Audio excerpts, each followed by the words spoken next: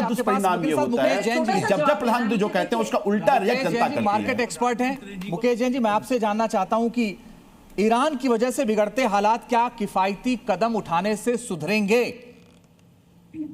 जी बिल्कुल सुधरेंगे, क्योंकि अगर हम तेल और गैस की बात करें तो हमारे पास आज भी 60 से 70 दिन का तेल अवेलेबल है, गैस और तेल अवेलेबल है। लेकिन अब ये जो युद्ध चल रहा है इसका अभी कुछ नहीं पता कि कल ये युद्ध दोबारा स्टार्ट हो जाए, तो ये संकट से निकलने के लिए हमें किफायत तो करनी पड़ेगी। और साथ में जो ये रेट बढ़ाए गए हैं, प्रधानमंत्री जी ने पहले भी बोला था, अभी हर्षवर्धन जी ने भी बोला कि ये सरकार ये एंटिसिपेट कर रही थी कि ये शायद युद्ध अब खत्म हो जाएगा, अब खत्म हो जाएगा, ताकि जो आम नागरिक है उसके ऊपर इसका दबाव ना पड़े।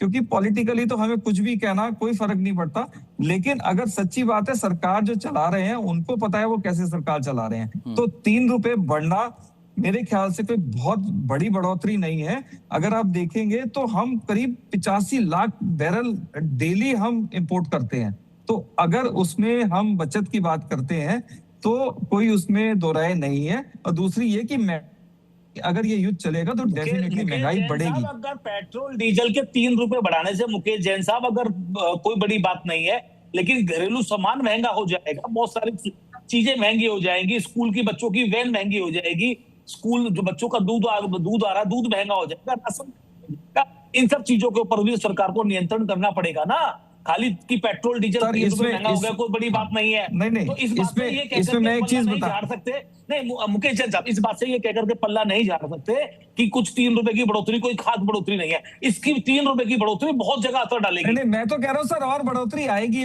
अभी आपको देखना है बढ़ोतरी। ज्यादातर पैनलिस्ट ये कह रहे हैं कि और बढ़ोतरी आएगी, इसमें कोई दो राय नहीं। मुकेश जी एक सवाल और मुझे जल्दी से इसका जवाब दे दीजिए, FII मार्केट से पैसा क्यों निकाल रहे हैं?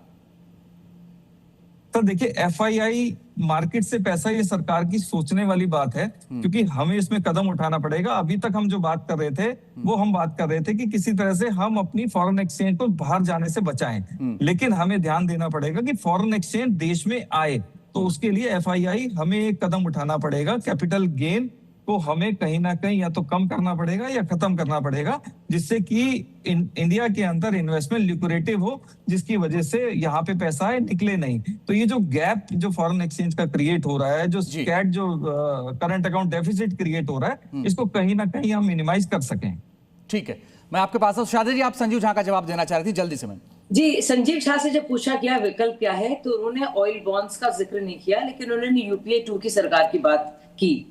यही बात अरविंद केजरीवाल, शायद अच्छे शागिर्द नहीं है संजीव झा जी, हमारे भाई हैं छोटे, लेकिन मुझे याद है कि यही अरविंद केजरीवाल जा के कहते थे क्या कर रही है UPA 2, क्यों ऑयल बॉन्ड्स को ला रही है, क्या ऑयल बॉन्ड्स है इसका रास्ता है, ये विकल्प है कि फ्यूचर डेट हो। ऑयल बॉन्ड्स में क्या हुआ था, और ये तब भी इस तरह के हालात थे, फ्यूचर जनरेशन से बोझ डाला गया, और आज भी भुगतान देश को ही करना पड़ रहा है। तो दर्द की दवा थी ना, तो मतलब बिल फ्यूचर पे डाल दिया था, वो शायद भूल गए इसलिए उन्होंने उसका जिक्र किया। वो कह रहे थे तब ज्यादा था तो तब उन्होंने, उस सरकार ने कर लिया।